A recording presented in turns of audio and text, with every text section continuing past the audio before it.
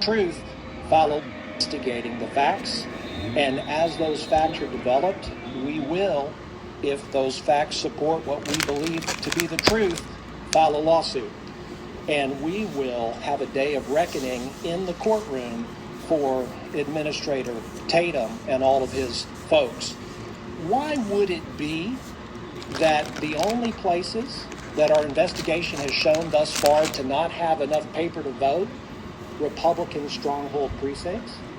One would think if it's just a simple administrative screw-up, we don't have enough paper for the entire election, that screw-up would be all over the Democratic precincts as well. And yet, so far, we've found 23 precincts that didn't have paper. Guess what? All 23 are Republican strongholds. That ought to tell you something. That makes me suspect that this wasn't just a colossal failure. This was intentional. And we're going to take this investigation wherever it leads, and we will file the appropriate paperwork. Now, I want to turn our attention to what happened today. We had a hearing in front of the judge.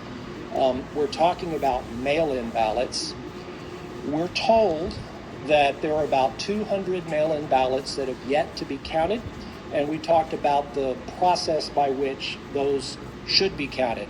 We have another hearing tonight in front of the judge set at 8 o'clock, and if necessary, we'll be back in front of the court again at 9:30 in the morning. So stay tuned on what's going to happen with those mail-in ballots. I want to make the public aware, though, that there's something coming up that is colossally important to the outcome of these races.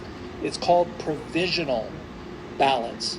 Provisional ballots are for voters who show up and for whatever reason they get flagged.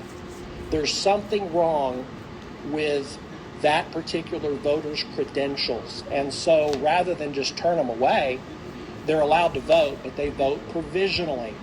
Then what happens is the early voting ballot board will look at those provisional ballots one by one to decide should they count or should they not count.